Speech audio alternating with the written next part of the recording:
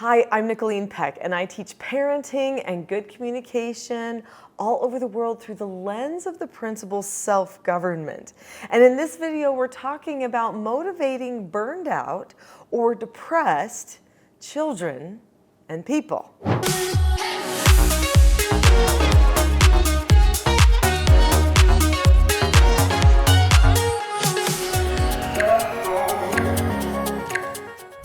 In this video, we're going to be talking a little bit about burnout and depression, what that looks like, and then what we can do to help a person push past it. Nobody likes burnout. It's something that most of us recognize as this feeling of like, I'm done. I can't handle anything else. But you know, burnout usually manifests as a type of depression, where a person is starting to feel like they're small, the world's caving in around them, they can't handle it, they can't process all of it. When a person is depressed, their processing is more heightened, and so they start feeling a little bit overstimulated usually, which makes them want to take a step back, not want to handle situations.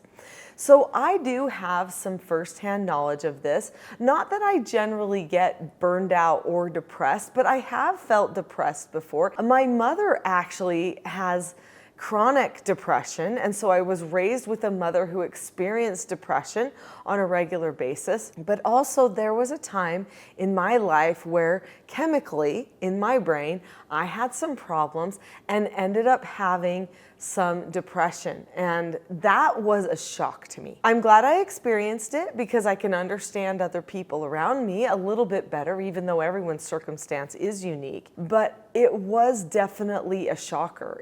It was like, wait, what happened to me? I'm normally fine. How come suddenly, try as I might, I don't feel fine? And I don't feel like I want to be with people, and I don't feel like I want to do as many things.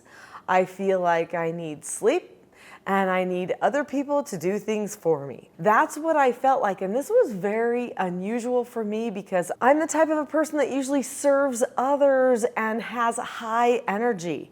So if you or one of your children seems to be experiencing this lack of motivation, it could be related to clinical depression or situational depression. So my depression was definitely chemical related, but it was also situational because of a situation that I had related to childbirth. I ended up having a hormonal imbalance that then led to some situational depression. I also had some PTSD because of a traumatic circumstance. So those types of things were not long lasting, thank goodness, but they were shocking to me nonetheless. I don't think anybody is ever ready for depression. There are a few people that might be able to bring it on because they will it to, but most people, that's just not an issue. So we've got to have compassion. Number one, if a person is experiencing depression or burnout, let's take them for where they're at first, right? What's going on? Why might they be experiencing this? What can we understand? It's really hard to motivate a person and to help a person if they feel like you simply don't care. So what do you do to help them know that you care? I think it's important to acknowledge that you know what's going on, especially if they keep talking to you about how they feel. Listen. Listen to what they have to say. Be that person who really understands. Repeat back what you understand with them. And then what you need to do is you need to talk to them about the situation in a way that hopefully leads them toward taking responsibility of it. Because the only way to really help a person with their depression or their feeling of burnout and bring them to a place of happiness is to get them thinking in a new direction about it. So often when you feel burned out, you have the same thought pattern that's going on inside your head all the time. And it's, I've done too much, I've done too much, I've done too much, I can't, I can't, I can't. These are very limiting thoughts. They push a person down instead of carry them past it. And oftentimes to break out of burnout, you have to do something else. Now, obviously, sleep's important. If the person is not getting enough sleep, that's going to be stop number one, okay? A person needs a certain amount of sleep. Most people need 8 hours of sleep. Children might even need more hours than that. I know there are some that can get by with less. I can get by with 7 hours of sleep. I mean, I can get by with 6. My optimum is anywhere between 7 and 9, but most nights I get 7 and I seem to be just fine all day long. But for the majority of people, 8 hours is their number. And so keep that in mind. If the person is not getting enough sleep, it's very unlikely that they're going to be able to rally and push past whatever they are struggling with. And usually we notice, oh, they don't want to do their chores, maybe if they're a child, or they're really not doing great with their work, they're not getting up and cleaning the house. We might see those types of things and think we need to talk to them about why they need to clean the house. We need to talk to them about why they need to do their chores. But talking about why they need to do those things isn't really what they need as much. They actually need to see what they're doing to themselves in a different light, and they've got to be refreshed. So before we start pushing all the whys, let's look at some of the other things. Are they getting enough sleep? And if not, let's help them try to make a schedule for that. Let's just teach them about sleep and how sleep is super helpful at increasing happiness, and how sleep actually leads to increased productivity. So let's not talk to them about their problem of not being productive as much as we talk to them about how important sleep is, and let's set a goal for sleep. There's other goals that we're gonna set. I know that if you're on this channel that probably you are really concerned about somebody. You're hoping they don't get stuck in a place that is permanent for them, and a place that they feel like they can't break out of, this feeling of defeat or depression. And that is a really important role to carry in somebody's life. So there's one thing I want you to know, and that is that you cannot actually change their mind for them. You can't make a choice for them to motivate them forward. They have to pick. And that's probably a helpless feeling when you care so much about a person and you see them spiraling downward. But there are many things that they could touch that could give them that little spark of information, and I want to talk about those. But I'd like to hear from you in the comments about what is going on, who you're concerned about, so that if we need to make some other videos on this topic, that we'll know specifically what's going on out there so that I can help you the very best I can. So leave me a comment. So what other types of things do we need to be focusing on? So we've talked about sleep, that's important. We also need to say, what's our physical activity like? Now, when a person is at this place where they're feeling depressed, they're feeling burned out, they're feeling defeated by life, which is really how they do feel. Sometimes they even feel like they want more out of life, but they're just watching themselves live it, and somehow they can't fully engage. It's a really weird feeling that they have, and it makes them feel like they're taking a third-person view of life instead of being right there in first person. One thing that helps a person start to get in that first-person mindset is by getting their body moving. Doing a little bit of physical activity, whether it's just going out and harvesting something out of the garden, taking the dog on a walk, maybe if you don't have a dog, just going on a walk with the person. So maybe saying to the person, hey, there's this waterfall that I really want to go see, but I don't want to go by myself.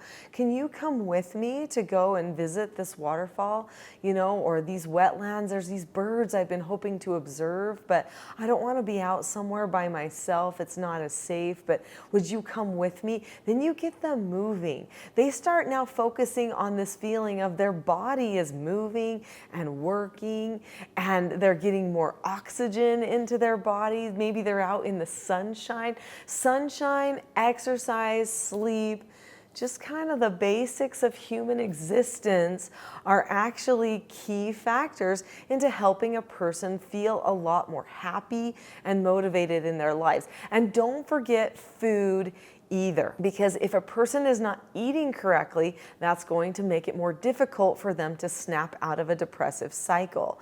They need to have proper protein. They also need to have proper vegetables and care for the chemistry of their body.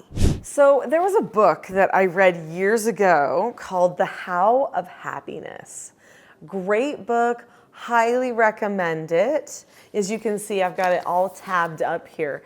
But there is a great graph in this book, and if you get this book, it's on page 20, it's right at the very beginning, where the author gives statistics about what helps a person be happy. So she says 50% of the indicator for a person's happiness actually relates to just how the person is. Okay, now that's hard because that's 50% of us that we may not be able to adjust so much. Although I do think you can adjust your nature with a lot of deliberate training for yourself, because you can adjust habits. And I think that's an important thing to remember. There might be certain triggers, certain cues that lead to certain habits. Those can definitely be adjusted. But I think the author of this book would probably say those fall into the category where there's 40% of your happiness indicator that relates to your intentional activities. So how intentional you are makes a difference, or what you are intentional about makes a difference. So if I say to myself, I don't like my outcomes there, I'm going to change this thought process so that I get a different outcome, that is going to make a huge difference in your happiness. Now, what about that other 10%? That other 10% are the circumstances, the things that happen to you. Now, I think that most people think that the biggest indicator for their happiness is the circumstances, when in reality, out of your 100%, it's only 10%, which means we can manage that. We can say, what are the strengths in me? So we can draw upon that 50% that we have to work with. We also can say, what are things I can change? What are ways that I can choose that I didn't think that I could choose in the past? And that makes a big difference in our happiness. So people who have better happiness in their lives are people who have both detail-oriented perspective and big picture-oriented perspective. So I know that if you examine yourself, you would probably say, well, I'm more of a big picture person and that person's more of a detail person. And the detail person thinks the big picture person does not notice anything. The big picture person looks at the detail person and says, will you stop getting so hung up in the details? Life's bigger than that, move on. And I think that many times the detail people have a higher chance of getting stuck in burnout and depression because they are so focused on the details that are overwhelming them right there in the moment. However, even big picture people can get stuck because they can think their whole life, the whole picture of their life is going downhill. So either one is susceptible to depression or burnout. So what do we do? How do we help them? Well, if you're dealing with a person that's a big picture person, then what you try to do is you try to bring detail into balance, okay? Focus on some of the details of life. What did they do today? They exercised today. They have people around them that care about them. They have, a significant other who is totally in love with them, right? Help them see some of the details. They're great at cooking and they can use that cooking to bring service to somebody else's life. That little detail could help them see their big picture life in a new perspective, because gratitude is a great way to motivate somebody past depression, past burnout, into happiness. If they can feel grateful, if they can give service. So like I said before, when we are going to push past our depression and our burnout, sometimes it takes some action. Instead of laying in bed, which is what we want to do, we need to get out of bed and get moving. So if you can find a way to help them see another detail. Now on the flip side, because we want to balance, right, between big picture and detail, if the person is detail, and they are focusing on all the details all the time, then we've got to bring in the big picture. We've got to help them see that life is more than this one problem, than this one relationship, than this one issue. Bring in the big picture. Help them see who they are in a larger sense. Understanding big picture and detail actually makes a really big difference. When we're talking about balance and that big picture versus detail-oriented and how we can get trapped, I think that we need to remember that our expectations can trap us. So I have an entire video on this channel called The Expectation Trap versus the Cycle for Success. Sometimes it's our expectations that are leading to the burnout and leading to the depression. And so that we don't make this video too long, I'm going to refer you to that full class, The Expectation Trap versus the Cycle for Success. Go to that class now, and that's going to help you take another step forward and learn some key skills that you can teach to that child or that person that you love that is struggling with burnout and depression.